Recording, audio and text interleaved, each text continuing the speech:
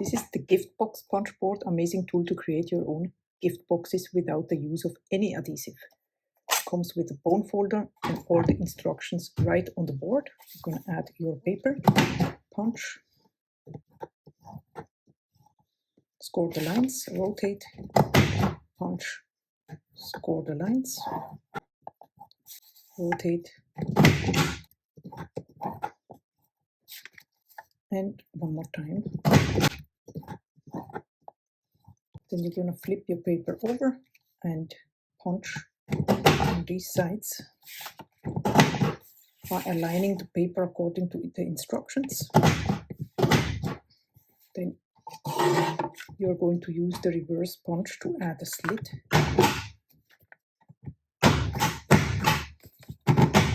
Going to crease all the lines. And this is how the box comes together.